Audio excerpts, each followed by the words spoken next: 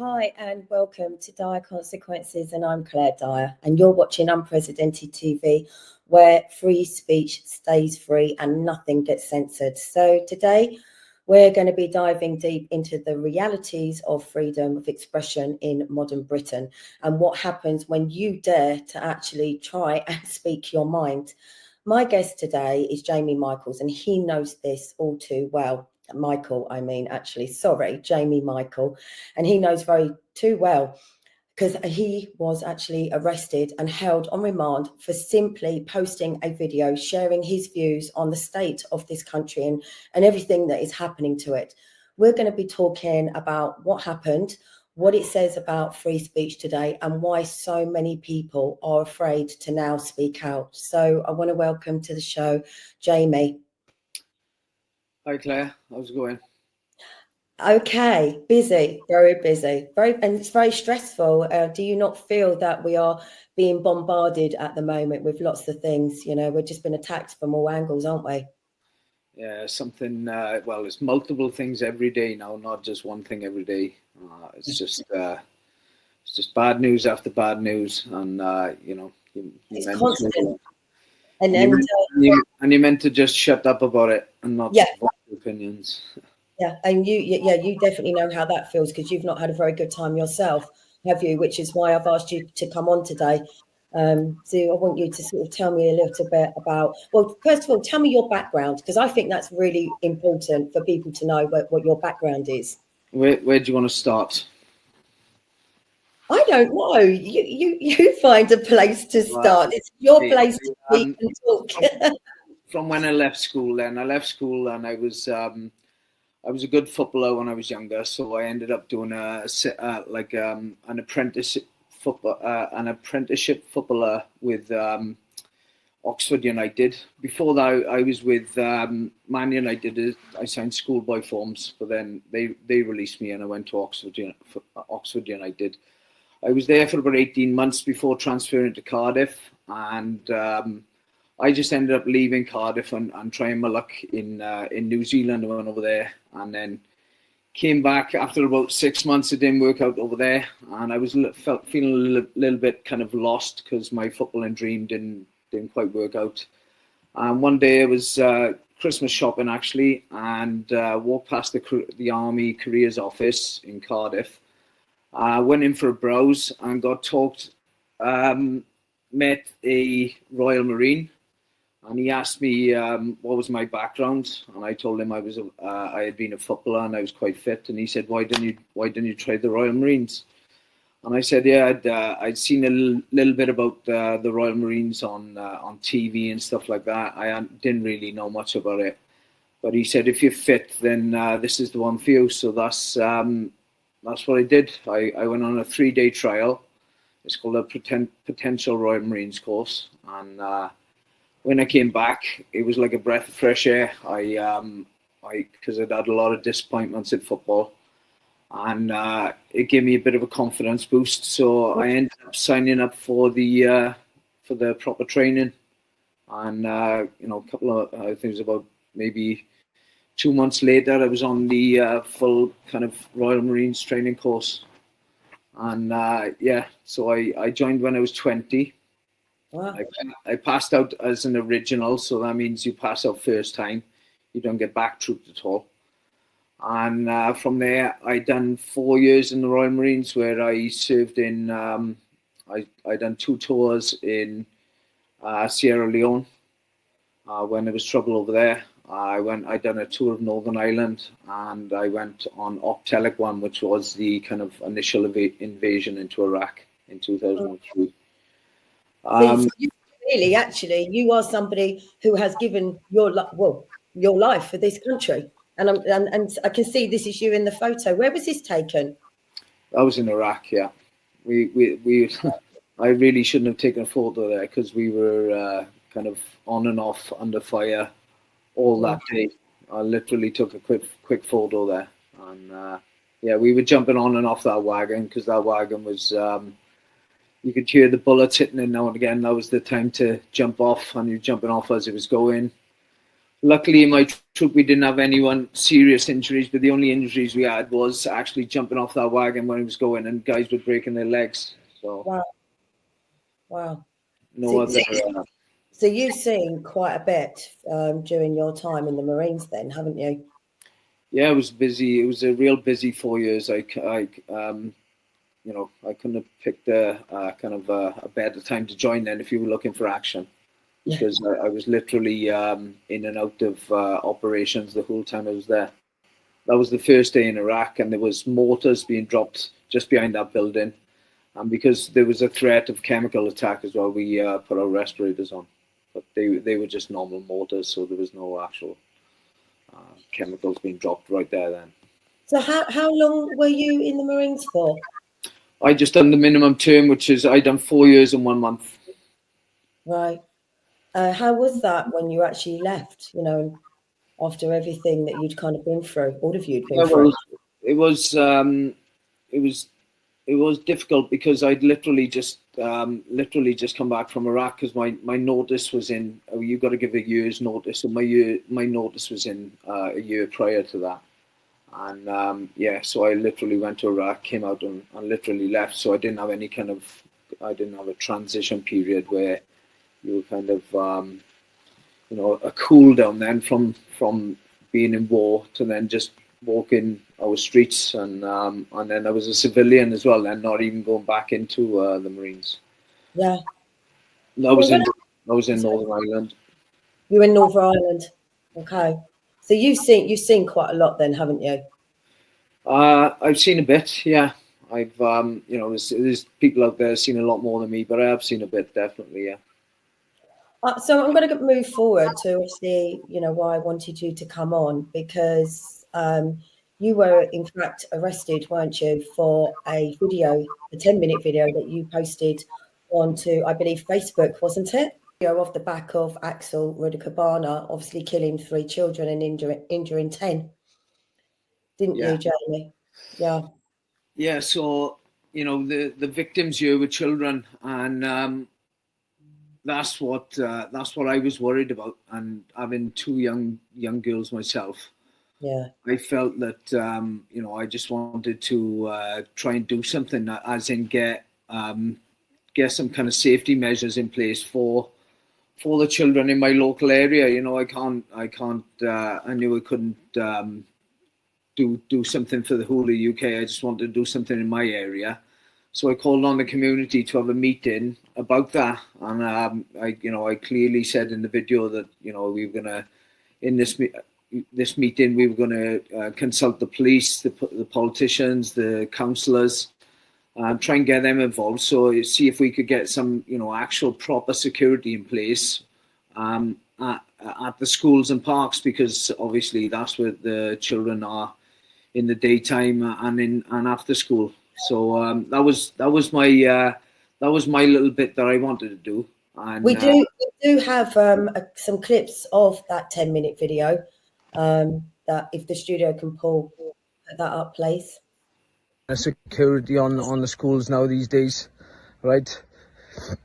That person who stabbed in them schools, he wasn't even from that area, by the sounds of it, right? So they could come in from afar. We need people to be, that schools need to be monitored on the front gates, and all sorts of other things as well. I think we should have security in parks and all sorts, right? And just be vigilant. So that was my kind of the meeting was going to be about trying to get a neighbourhood watch type operation on the schools and parks. If the councillors didn't get involved and actually put security on the schools and parks, which I kind of I thought that they wouldn't. So I thought, if they're not going to do anything for the safety, then we as a community should try and at least do something. And you're not the only person that is saying this, though. Up and down the country, people are saying, I'm saying it, that as a community or a village or a town, we need to get people together, like a new form of local residents association, if you like. And, we need to patrol our streets.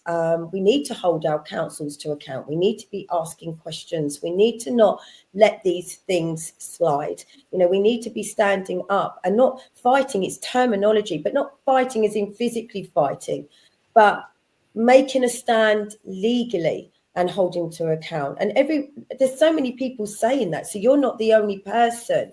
Yet it seems that by you saying this didn't go down very well for some reason. Well, it triggered the local councillor who reported me. And who is your councillor? What party? Does that of interest? Labour. Oh, well, it was Buffy Williams and Ryan Evans. Ryan Evans was her telecommunications officer, and she tasked him to actually come to my meeting. I don't know if he actually came in, but they did say that he, in the evidence, that he was outside, and he's seen us outside with notepads, about 8 of us, he said. There was about 40 people that came to the meeting. It was mixed, like it was men and women, mostly older ladies and older men. There was a few youngsters there, but mostly older. And we kind of had a chat about doing neighbourhood watches and a chat in general about safety. Right. And then we decided then we wanted some formal representation.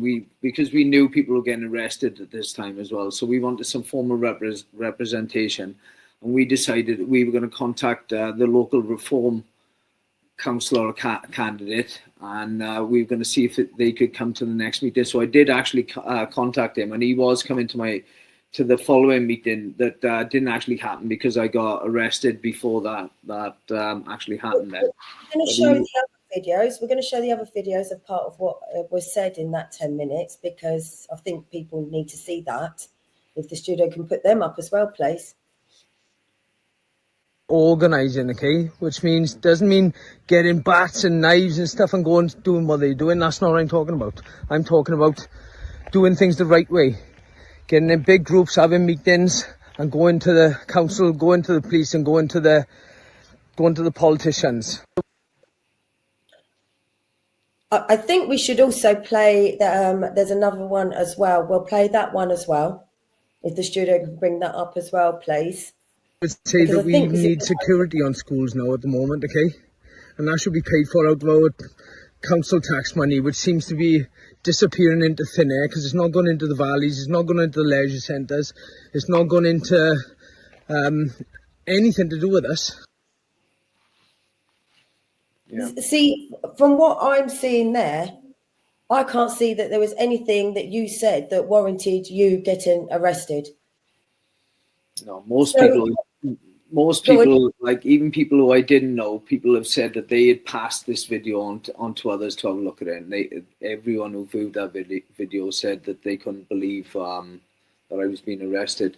There was even he's a Pakistani immigrant, and he'd been messaging me, and he said that he'd seen that I'd been arrested, and he felt disgusted, and he had also passed it to 5 of his friends, and they said there was nothing racist in there at all. Right. So that was nice of him to do that. And so what exactly was the charge when you were arrested? Public Order Act, trying to incite racial hatred, I think it was. But that's not what I initially got arrested for. It was Public Order Act. I can't remember, to be honest with you, but they changed it a couple of times. They even changed it like a week before. It was trying to incite racial hatred to likely to incite racial hatred. So what was their evidence? What exactly was their evidence for this, that you were inciting racial hatred by saying that you wanted to form a neighbourhood watch, you wanted security on the schools, you wanted, obviously, security in parks, all of these things that you've mentioned? Well, they said throughout my video that I had, they were trying to say that I was labelling all migrants scumbags and psychopaths, when I had said at the start of my video I had said that some of them, the people who are coming over illegally have been radicalized, and we could be. I think I can't remember off my top of my head, but they had been radicalized and they could be psychopaths, and we just don't know who or which ones they are.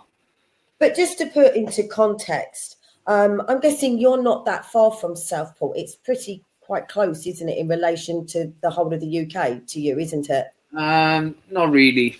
I'm about 4 I thought hours. I'm not that great at geography, clearly, but I didn't think. If I lived up North Wales, I'd be closer, yeah. But I'm down South Wales, so I'm about 4. This is when obviously emotions are running high, because who cannot be affected by the fact that these children, these girls had been killed and 10 had been injured, and they weren't telling us the truth. It was so obvious that the mainstream media weren't telling us the truth. That's what was getting to me. They were saying he was a quiet Welsh choir boy. Well, I was thinking that's not the actions of a quiet Welsh choir boy, and I've never seen or heard anything in my life like that in the UK. That's something that to me came from out of this country, and that's what I thought it was, because there was rumours going around that he possibly had recently come in on a small boat, but that was found out to be wrong.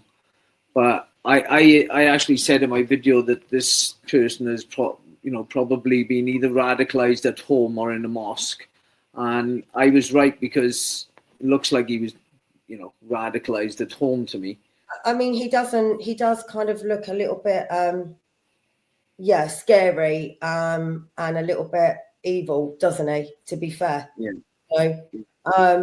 And as I said, they weren't upfront about it, and as it turned out, wasn't he they never get held accountable. The mainstream media painted him as a quiet Welsh choir boy, when multiple times he had been caught carrying weapons to school. He was known to the Prevent team.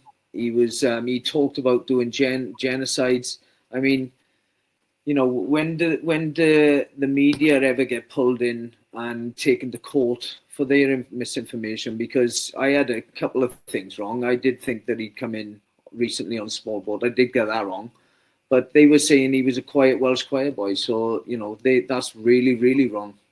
The thing is, had they been upfront with us and just told the truth, I don't think there would have been as much anger. I mean, don't get me wrong, what happened was absolutely horrendous, but it was the fact that it seemed very apparent that between the government and the mainstream media, they were trying to cover it up, and they were trying to shut down people's feelings of how horrendous what happened was, and the fact that they weren't giving answers, the fact that they didn't seem to be going the right way about it. I just think they've seen this as an opportunity to really clamp down on the so-called far right, and there is no far right that I know of. There's just people on the right who are having a natural reaction to 10 little girls being butchered, and if you look deeper into it, then I've seen it during COVID that there was people planted in them crowds to agitate it further. They'll probably be the first ones throwing bricks. They'll be at the front pushing the people at the front into the police, and we've seen that kind of thing going on during COVID protests. And then people are walking freely into the back of police vans and with no handcuffs on them. So I think there was more. I think we'll find out in the future that there was a lot more to this than riots than what we have been told. Yeah. So the point is, off the back of people's emotions running very high, very distressed and shocked about what had happened, and not to mention the fact that it was only just a few days before you'd had the assault on 2 female police officers at Manchester Airport, which they'd covered that up as well. They tried to deceive the true story about that. Again, they're only showing in the Manchester Airport video, they were only showing you the bits that they wanted to show. They didn't actually show where them lads had been, assaulting the police officers beforehand. Yeah. They just showed where the guys on the floor had a kick to the head, and then everyone just thought that was it, And Yeah. then, when that actual video came out, then that the fight that happened beforehand, the person that filmed that video, then the police were looking for him as if he was in the wrong. Yeah. I just feel that, no one, unless you're not human, could not have your heart break at the pictures that we just saw of those 3 little girls and what happened to them. And, this is each and every one of them, their families, they've got to live with this for the rest of their lives. They're never going to get over this. And yet we know how strongly we felt about it. And off the back of that, off the back of emotions running high and the way in which the mainstream media and our government handled it, you went out and you did a video. And yes, you called them scumbags. Yes, you mentioned the fact that they may be illegal immigrants. You may have got some facts wrong, but, they twisted your terminology. You, like probably most people in this country, are thinking things are going badly wrong here. It is going wrong. Well, things were escalating, after them riots. There was the riots at the hotel, and then there was gangs of Asians walking around with weapons, or through city centres in big numbers. And I had made my video because of the escalation, and that was the kind of the spark then, the actual Ruda Cabana. But a lot of things happened following that, and I thought things were escalating out of control. So my first thoughts were for the children and to try and get safety on them schools and parks. Right. I made the video spur of the moment. I was just, I was thinking about it, and it was making me feel really, upset. And I just thought, I've got to try and do something. So I never really thought too much about it. I just made the video. Yeah, we're going to go to a break, and when we come back, we'll talk about what happened after, off the back of that video.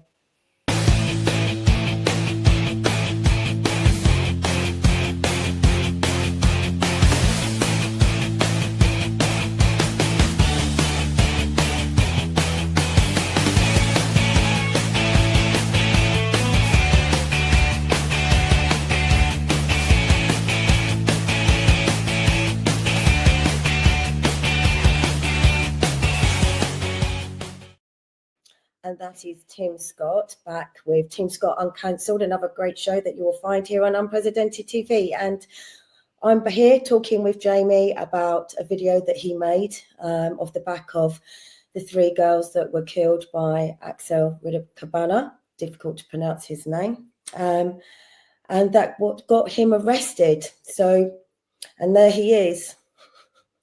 I mean, there are plenty of words, but sometimes it's best not to have those words, because if you do, you're more than likely going to get arrested for them, aren't you? As you found out, Jamie, unfortunately. So you got arrested, and what happened when you were arrested? Because this is what I find quite shocking, to be fair. Yeah. So first of all, I had a knock at my home address. My girlfriend answered, and there was, I think it was about 6 police officers there. Some were in plain clothes, some weren't. She had said that I wasn't there, I was in work. So then they came here. And my girlfriend rang me, and she said the police had been here. I said, what for? And she said, I don't know. She said, but I told them where you to come to your work. So I went outside to meet them because they won't be able to get in if they you can't just walk in the door. And as I walked out the door, I seen they were already there in the car park. So I activated my camera, as I would do for my own evidence of safety, and I asked them then what's happening, what are you here for? And they went on to say that I had been posting things on Facebook of a nature that can be looked at as I can't remember what he said now. indecent racial hatred. That's what the charge that he said I was getting done for. He told me they were going to take me into custody. I asked him for how long, and he said I wouldn't be long. So I just thought, well, not going to be long. They handcuffed me then because they asked if they could have my phone, and I was filming them, and I said, no, you can't have my phone.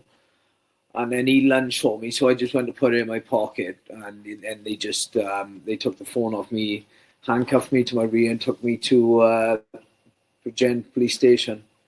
And I was cuffed for about an hour and a half, and I actually told them I had a shoulder injury at the time. It was really hurting me in there. I said, can you just cuff me to the rear? They said no, because of your reaction. And the only reaction I had was putting my phone in my pocket. So they kept you in handcuffs because of that? Yeah. Wow. And for, like I said, for an hour and a half. And they told me when I got to our police station that my interview was going to be ready, I was going to go straight into it. So I thought I was going to be in and out.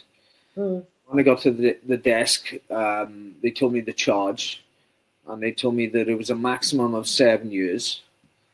And I was like, what? 7 years? I was starting to think, what the hell's going on? I still didn't understand what I was getting done for, because they didn't properly explain when I got arrested. So I went into the cell, and then I was waiting, and nothing happened. I can't remember if I had seen my solicitor. I don't think I'd seen the solicitor on the first day. I think he came on the second day. But this was early Friday afternoon. This was about 1-2 o'clock, I think. And it went, like I said, they told me the interview was ready. Then it went all the way through to the next day. I wasn't allowed a phone call either, when I thought you'd be allowed a phone call. But I think they were. You weren't allowed to make a phone call? We weren't allowed a phone call till after my interview. So I was kind of pushed into taking the duty solicitor, unless I knew a solicitor that I could have. They said, you want the duty solicitor? And I took the duty solicitor. I've never been in trouble before where I needed a solicitor. And I just, but I wasn't allowed a phone call. And I think they said because they were I can't remember the reason why. Maybe it was because they were possibly looking that I was getting done under the Terrorism Act, because that's what the duty solicitor told me later on. That he said they were possibly looking at bringing my partner in as well, guilty by association, just for living with me. You're joking? No, yeah. She's committed no crime, but they're going to bring her in just because she's your partner, yeah, and association, because he said something about the Terrorism Act, and I was like, I kept saying, for what? What have I done? And he kept saying, he going like, I don't know. He said they're trying to take words out of your video and take them out of context and say that they're trying to incite racial hatred. And I kept saying, what words? What did I say? And he said, I can't tell you because the video was buffering. Okay, so the video my video they uploaded to this portal, it was buffering. So my duty solicitor couldn't see the video. But he was going off the transcript, and the words were changed in the transcript. They even changed the name of my video. The name of my video is "This Is What I Think," and they changed it to "This Is What I Believe." And they changed one word in the transcript where I said they started a riot en masse. They changed "they" to "I," so it read "I started a riot en masse," and the video didn't work. So in the transcript, I've admitted to starting a riot, and I kept saying to the solicitor, "Well, what do you mean it doesn't work?" Because you've got to be able to look at the evidence. Well, I've heard this from a few people before that have been arrested on maybe something they said in a chat or WhatsApp or social media. And when they're pulled in and they've asked, what is it I've said? What is it I've done? They go, they haven't got it. They haven't got the evidence. So you're basically being arrested and charged with something that they haven't even seen yet. They can't provide it. And it just feels like they can just arrest you for absolutely anything. And you're actually being treated worse than, say, a paedophile or somebody who's murdered someone at this stage, because it seems to me that, taking away free speech and cracking down on what people are saying and people having an opinions is now seen as a bigger crime than, say, attacking somebody or murdering somebody. And we do actually... We do have the video of your arrest, actually. So we're just going to play that before you happy go. now, yeah? So my camera's rolling. Anyway, do you want my badge number, anything like that? You happy for me to continue? Numbers always good. No, sorry. And I might be there 8441 as well, alright? Both working for Port Police Station back, alright? Okay, yeah. To be totally honest with you, alright? We've had a report, there's been posts put on Facebook, alright? Of a nature which could be... Listen now, alright? Let me just finish what I'm trying to say. Could be seen as racial hatred, alright? It's a load of bollocks. Right, You know listen that. now, You were trained. listen now, alright? So let me finish what I got to say, okay?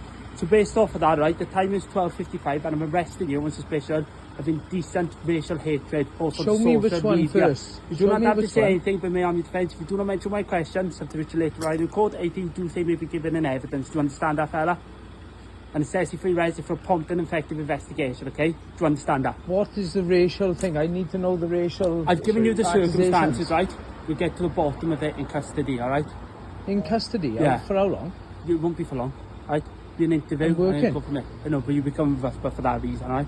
So you're happy for me to have your phone and we get going straight away? No, I'm not happy for you to have Right. my phone. Alright, I'm not. Right, well, now, Okay, no, you'll have put it. your hands down, Okay. right? I'm not Stop happy. resisting. No, I'm not that's happy. fine. Right, Not that's fine. happy. I'll give it to you now.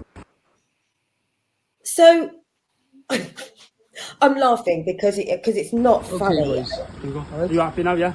It's still playing.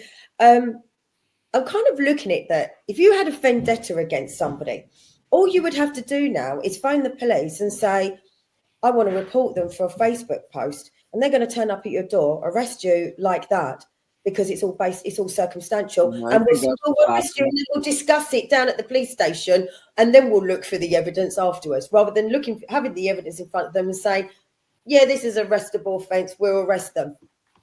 And then it just goes I think from that's what's there. happened. And the councillor arrested me. She was responsible for arresting the other two in my area as well. And they actually got arrested. They did plead guilty, and they ended up doing they had 3 years really, but they got because they pleaded guilty at the first chance. They'd give them a 2-year sentence, and then they'd done 40% of that. And Wow. one of them was a veteran as well. Right. So, and this is kind of similar with Lucy Connolly, isn't it? Because it almost feels that she was kind of tricked into saying, "Oh, if you plead guilty now, you'll only carry out a third of I was quite firm from the start. I said, look, you've pleaded not guilty." what have I said? And when he was saying, look, I can't see it, I just thought this is bullshit. So I said, look, I'm not going guilty.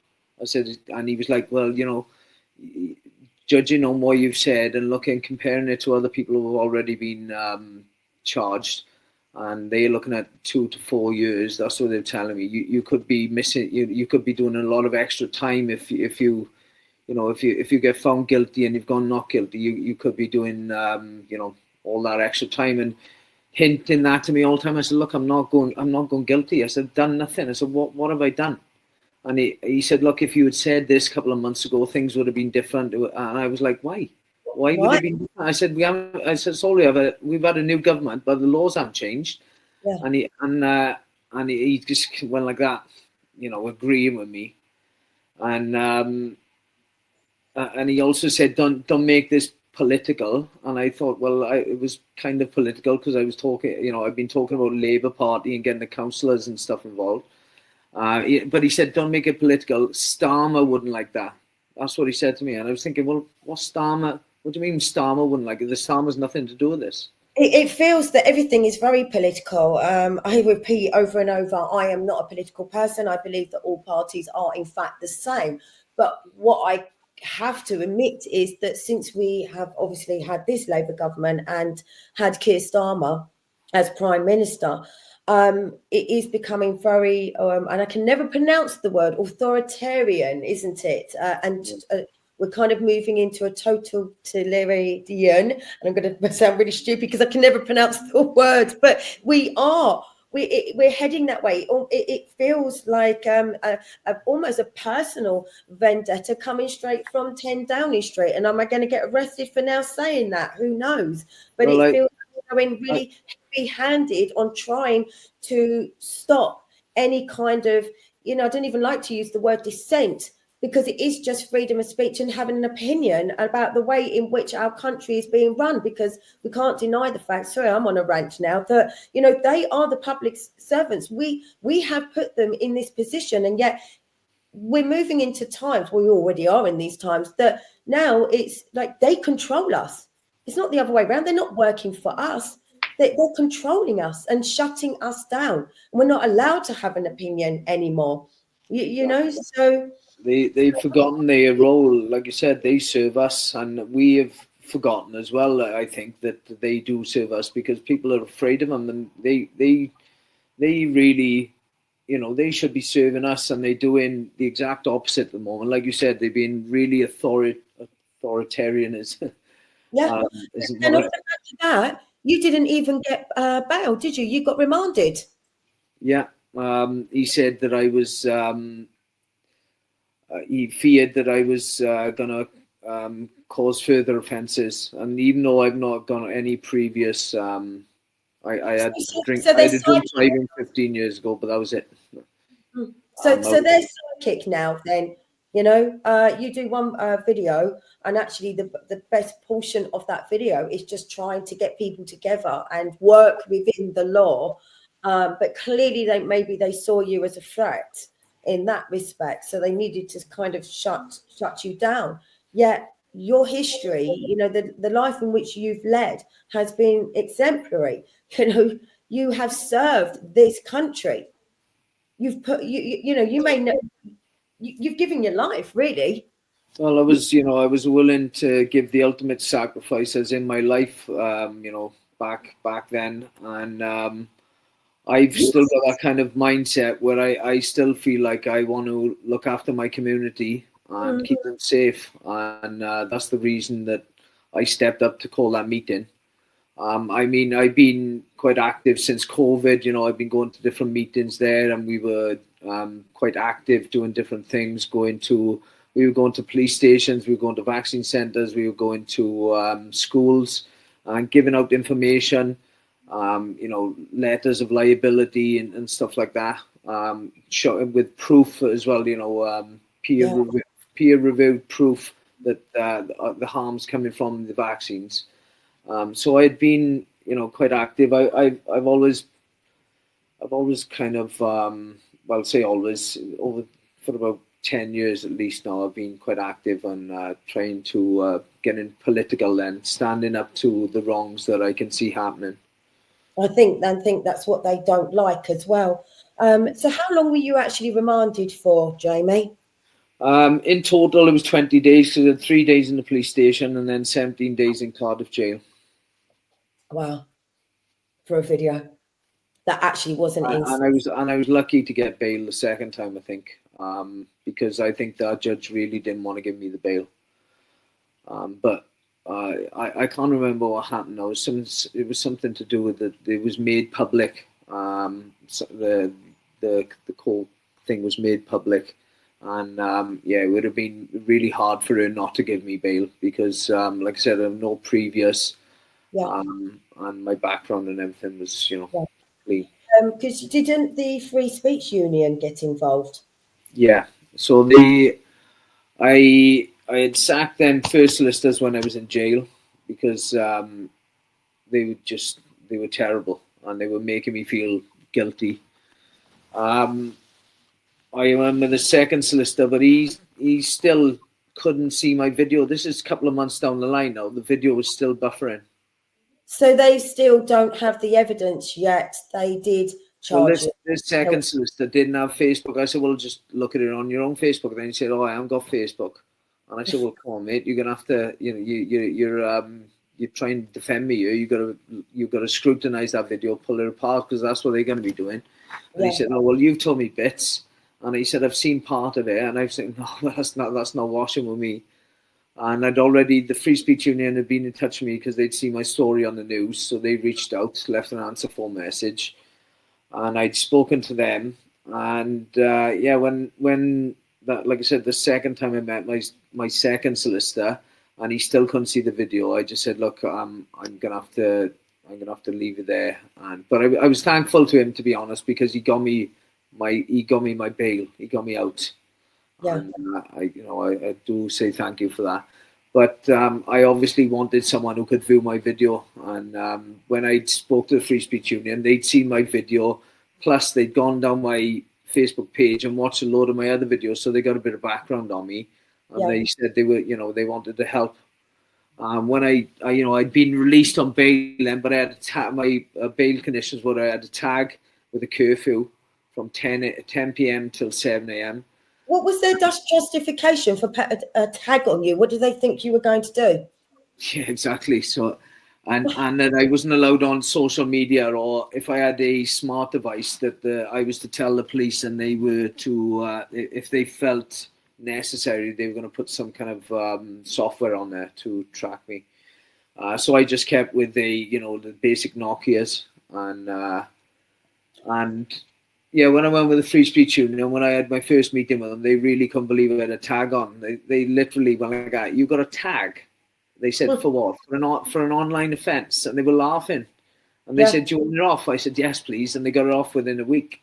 So they could tell that tag was just nothing, It was just. It does feel that they are abusing the law themselves a little bit, aren't they? To really punish people and send out a message. The process is the punishment. I've heard a few people saying, and it is like, I missed altogether about 6 weeks of work. I've had my name slandered. My little girl was constantly crying while away because she's autistic, and I've never really been away from her for more than, say, 2 days. We are running out of time, so I want to just say what actually happened. When it actually got to court. So when I got to court, I was feeling quite confident by then because I knew I was in the right hands. Yeah. And Luke Gittos, my solicitor, and Adam King, the barrister, really impressed him in court. I really suggest anyone who's watching this, if they look up the Free Speech Union, and you can get a membership with them. But they were. I just felt safe, when I was in court. I was a little slightly nervous just because, if it did go south, then I was looking at probably 3 to 4 years.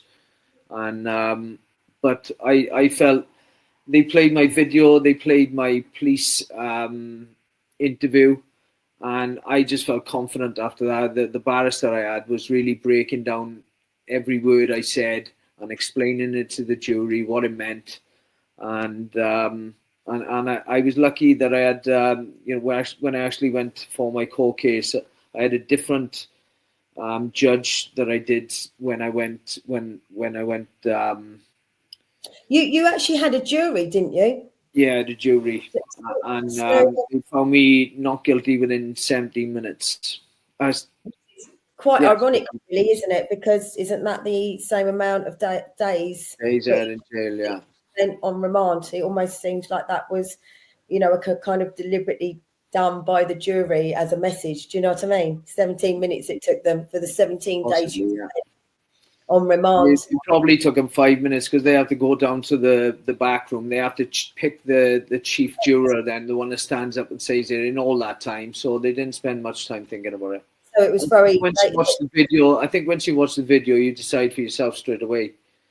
When you put it in context as well, with with everything that you said, you put it into context. You weren't inciting racial hatred or violence. You were basically begging and pleading for people to come together and, form essentially a neighbourhood watch, a local residents association, and do everything above board. That's all I wanted. They didn't like that. And, what's kind of so ironic about this is that they, you have been, they've tried to silence you, they've tried to punish you. You're not the only one, obviously, by far. As you said, we very famously know of what's happened to Lucy Connolly, yet Keir Starmer sat in that White House and said to Trump about how much they value free speech and will protect it at any cost. Just a joke in it, but I knew there was something up. I knew, when he was saying things to me, like, if you'd said this a couple of months ago, and Starmer wouldn't like this, you wouldn't like you to make this political, and Starmer's fast tracking these to the Crown Court. So I was thinking, this is this isn't right. There's something wrong here. And I was thinking, I'm not going to get caught up in this stitch-up operation. I stood my ground, and I knew that I hadn't said anything as well. That's why I kept asking them, what did I say? And they were going, I don't know, because the video doesn't work. Yeah, we have got that video just to remind people of what Starmer actually said to Trump in the White House. Vice President Vance condemned free speech violations in the UK, particularly. Could you respond? What is your message? I have an idea. We have the man right here. Come on. Let's go, JD. We're putting you on stage. Great. Yeah, look, I said what I said, which is that we do have, of course, a special relationship with our friends in the UK and also with some of our European allies. But we also know that there have been infringements on free speech that actually affect not just the British. Of course, what the British do in their own country is up to them, but also affect American technology companies and by extension American citizens. So that is something that we'll talk about today at lunch. We've had free speech for a very, very long time in the United Kingdom, and it will last for a very, very long time. Well, no, I mean, certainly we wouldn't want to reach across US citizens, and we don't, and that's absolutely right. But in relation to free speech in the UK, I'm very proud of our history there. I would say that he just lied. The toolmaker's son. I mean, how can he sit there and keep saying, I mean, you can tell by his body language and the stuttering that he doesn't actually really believe what he's saying, but obviously he has to say it because everything they're doing is actually scaring and people into taking away free speech by silencing them essentially. I mean, how's it made you feel after this all happening to you? Like I was really, really cautious for a while afterwards. I'm kind of coming back to how I was before now, because I feel that we can't have our voices taken away. If we have our voices taken away, we can have all our freedoms taken away following that very soon. And we know, well, I'm pretty sure now that all this kind of migration problems we're having is let to happen just to give them an excuse to bring in this digital ID. And I'm not going to stop. You know, I know the consequences now. I could potentially get arrested again, but I just think if it's too important, we just got to keep talking. And I know if I talk, then that'll give other people confidence to talk as well. So. And if they did shut me up, then everyone else around you would probably be quiet. And that's I think that is actually the intention of all of it. Is, you know, we are losing free speech, and it is very concerning about where we're heading. And as you just said, you know, you felt extremely cautious. I mean, I'm very much aware. Every single day I put something up on social media, I think very carefully about the terminology and the wording in what I say. But I know that, you know, anything that you say potentially against them is going to get you arrested. And, you know, by doing this... They call you a racist or Islamophobe now for literally nothing, like, you know, just because you disagree with them. And then you have Peter Finch. You know, we've mentioned Lucy Connolly. You know, it's not just you. There's so many other people. There was a couple that were arrested for speaking out. Well, not speaking out. They had issues with their child's school. And, you know, they ended up being arrested. It's very easy now to get somebody arrested with the way in which, you know, our government are instilling this, to call the police for anything that anybody says just for having an opinion. And it being made something that it isn't. And you're right. I think the sole purpose of that is to scare us into silence, because they are planning things. They are planning a control on all of us. There is an agenda, and they don't want the likes of you speaking out about that. Yeah, no, they really want to clamp down on our freedoms in all sorts of ways, and say freedom of speech is just one of them things. But they're going to be clamping down on our freedom of movement, our freedom of purchase. Say our freedoms in all ways. That's what they're trying. They're going to try and dictate to us what what we can and can't do in everything before long. 10 years down the line, we will literally, if we let this happen, we wouldn't recognize our lives as they used to be. We'll literally need permission to do everything. Yeah. Do you know what? We have run out of time, but I do commend you, because I worry about it every day. I can't lie. I worry that I will get a knock at the door and I'm going to be arrested at some point for something that I've said or done, but it hasn't happened to me yet. I don't know what I would do if it did happen to me. I'd cross that bridge when it came to it, but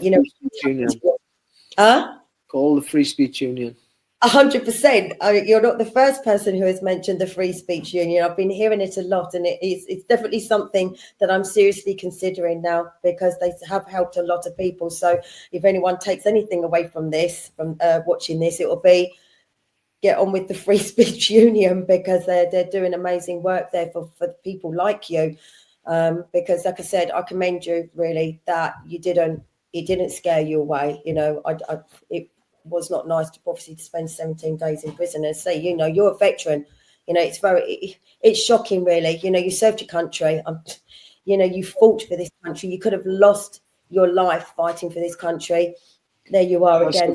I have been put in some, scary situations, and this is how they repay you. I could tell they were trying to scare me, and I was just keeping my cool and as much as I could. Yeah. But I was just telling them this is rubbish. What I kept saying, what did I say? And if you can't tell me, there's no way I'm going guilty.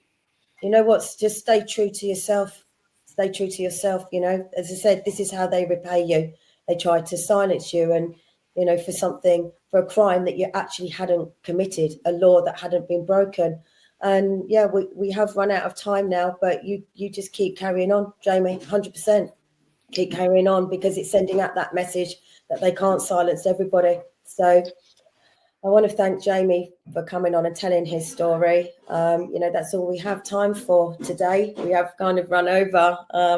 There's another episode of Dyer Consequences here on Unprecedented TV, where we speak truth without fear, and we keep the conversations, and we talk about those conversations that others don't want to touch. A huge thank you to Jamie for sharing his story and reminding us just how fragile and how vital our right to free speech really is. Because, to be honest, once we lose that, once it's gone, it's gone. The moment we start questioning authority is the moment that we will lose our freedom. If you value open dialogue and independent voices, don't forget to like, share and subscribe to us here on Unprecedented TV. It helps us keep those important discussions alive, and we want to keep having them all the time. I'm Claire Dyer. This has been Dyer Consequences. And until next time, stay brave, stay curious, never, ever stop speaking your truth.